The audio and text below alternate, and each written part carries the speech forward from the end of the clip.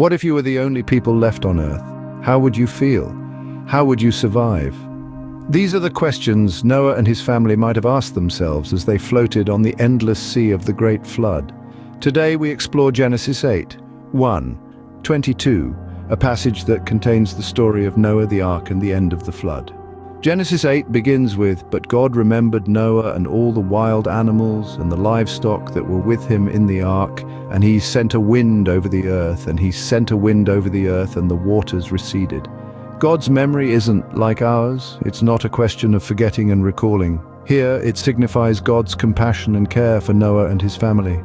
The wind God sent was a divine intervention to start the process of drying the earth. Verses 2-5 describe the physical changes happening on the earth.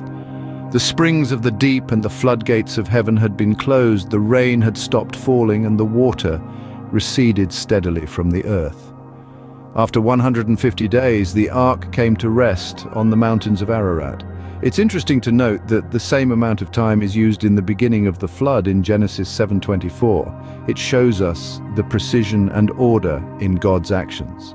Verses 6-12 tell us how Noah determined whether it was safe to leave the ark. He sent out a raven, which kept flying back and forth until the water had dried up. Then he sent out a dove, but it returned with nowhere to land. A week later, he sent the dove again, and it returned with an olive leaf. Another week later, the dove did not return, indicating that the earth was dry enough. Verses 13-19 detail the exit from the ark. On God's command, Noah, his family, and all the animals left the ark. It's a rebirth of sorts, a new chance for creation to flourish again. In verses 20-22, Noah built an altar to the Lord and offered burnt sacrifices. God smelled the pleasing aroma and said in his heart, "Never again will I curse the ground because of humans, even though every inclination of the human heart is evil from childhood, and never again will I destroy all living creatures, as I have done. As long as the earth endures, seed time and harvest, cold and heat, summer and winter, day and night will never cease." This is God's covenant with Noah, a promise of mercy and a new beginning.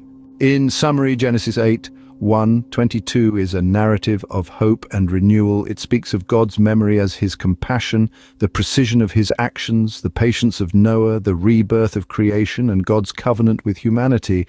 It's a story that reminds us that even in the darkest times, there is always a promise of a new beginning.